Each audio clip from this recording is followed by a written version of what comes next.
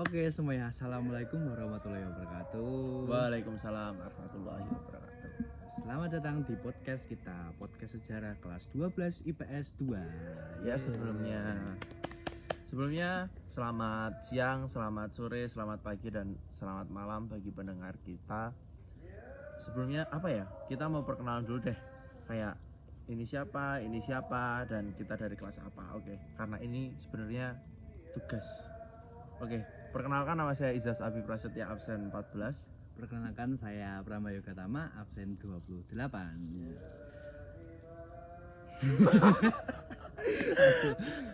Kok bingung lagi? Ya udah, langsung aja.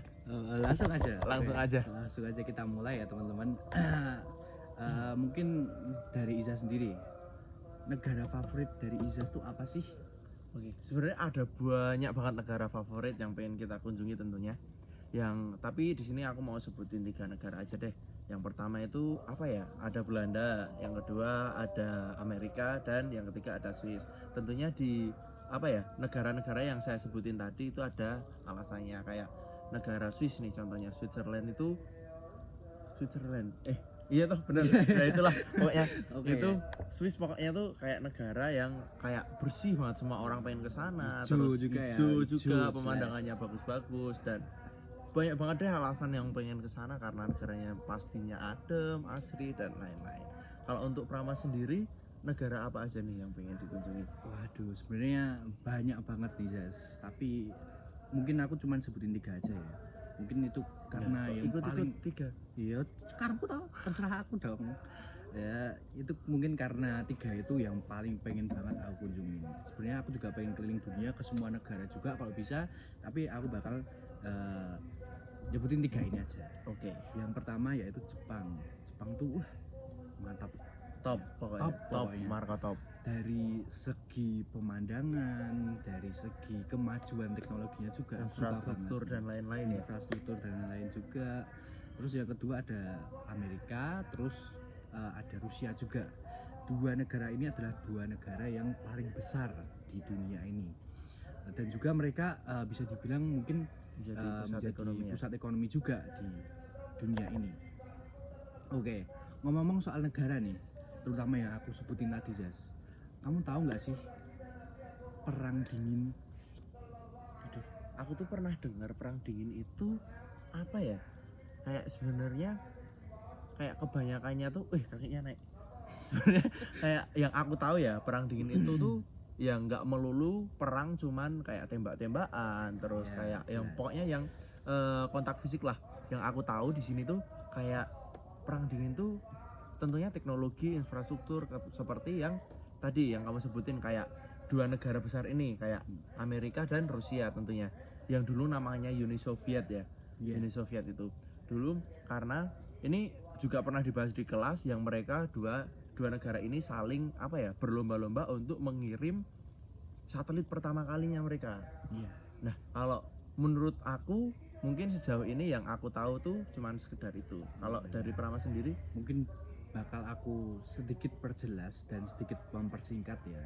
Jadi perang dingin itu adalah ketegangan politik dan militer antara Amerika dan juga Uni Soviet nih, Zaz. Dan terjadi sangat lama, hampir 50 tahun. lama banget ya.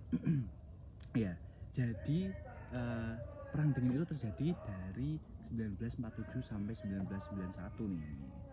Jadi seperti yang sudah dijelaskan oleh Isa tadi, nggak cuma tembak-tembakan doang, tapi ya nggak cuma kontak fisik, pasti di situ juga ada semacam perlombaan kayak infrastruktur dan teknologi 2 negara tersebut nih teman-teman. Jadi ya sudah jelaskan Isa semua ya. Ya pokoknya intinya itulah teman-teman. Terus selanjutnya apa sih yang menyebabkan perang ini tuh dimulai, terus pokoknya apa yang melatar belakangnya itu semua nih perang kira-kira.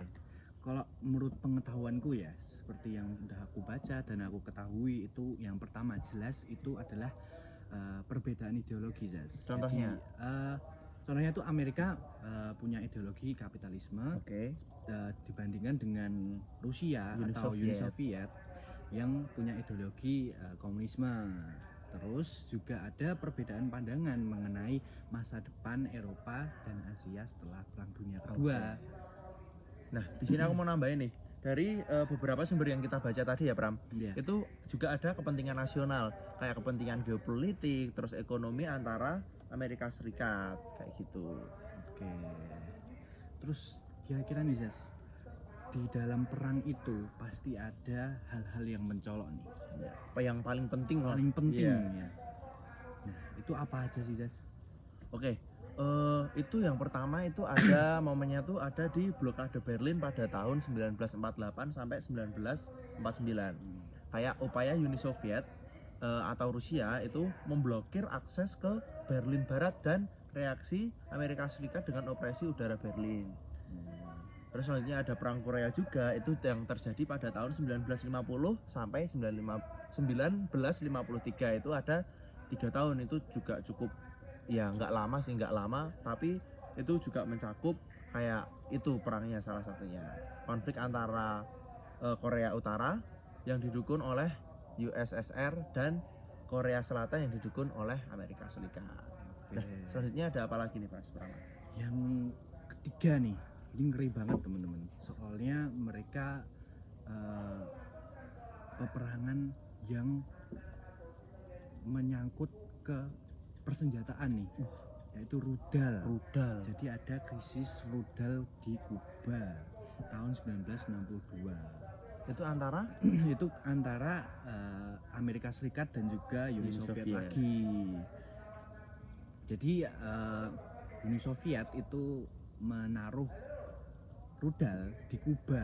Jadi itu sangat berbahaya banget ya teman-teman. Apalagi kok sudah meledak, itu mengerikan sekali.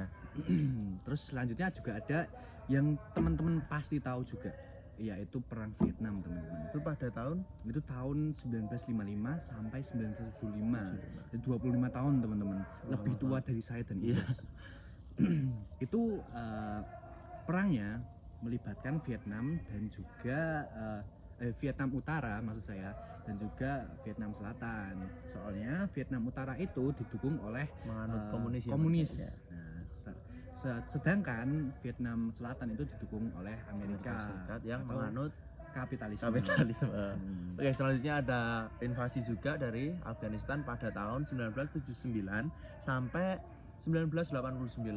Upaya itu adalah momennya itu, peristiwanya itu apa? Uni Soviet itu menstabilkan pemerintahan komunis di Afghanistan dan respon internasional kayak gitu. Selanjutnya juga ada satu peristiwa yang mungkin teman-teman bakal mungkin udah tahu dan nggak kaget ya teman-teman, yaitu jatuhnya tembok Berlin di Jerman tahun 1989. Itu adalah akhir dari salah satu akhir dari perang dingin juga ya teman-teman. Dan itulah adalah apa ya, kayak maaf ya teman-teman, kayak nggak profesional, kita amatir ini. Nah, itu adalah kayak peristiwa-peristiwa penting yang menyangkut perang dingin ini. Oke, selanjutnya kita udah menjelaskan peristiwa penting yang tadi. Terus di sini kita mau membahas apa lagi Mas Pram ini? Selanjutnya mungkin dampak ya. Mungkin karena peristiwa itu ada dampak apa aja sih dari perang dingin ini. Ya, dan itu kan sangat lama, pasti juga kayak meninggalkan beberapa dampak dari dua negara tersebut dan dunia tentunya. Yang pertama teman-teman, itu adalah perubahan geopolitik, yaitu pembubaran Uni Soviet yang sudah digantikan oleh Rusia dan juga kemunculan negara-negara baru. Selanjutnya juga ada perubahan sosial dan juga ekonomi. Dampak pada masyarakat itu sangat besar tentunya. Ya jelas lah ya, perang dunia lama lagi. Terus selanjutnya ada perubahan politik dalam politik internasional. Kayak bagaimana sih perang dingin ini mempengaruhi hubungan internasional dan kebijakan luar negeri. Jadi mungkin itu semua sudah kita jelaskan tentang perang dingin ya. Mungkin semoga dengan kita menjelaskan ini teman-teman juga jadi lebih paham mengenai perang dingin ini. Kita tadi udah membahas apa itu perang dingin, terus habis itu udah ada peristiwa penting apa aja, setelah itu juga ada kesimpulannya. Ya.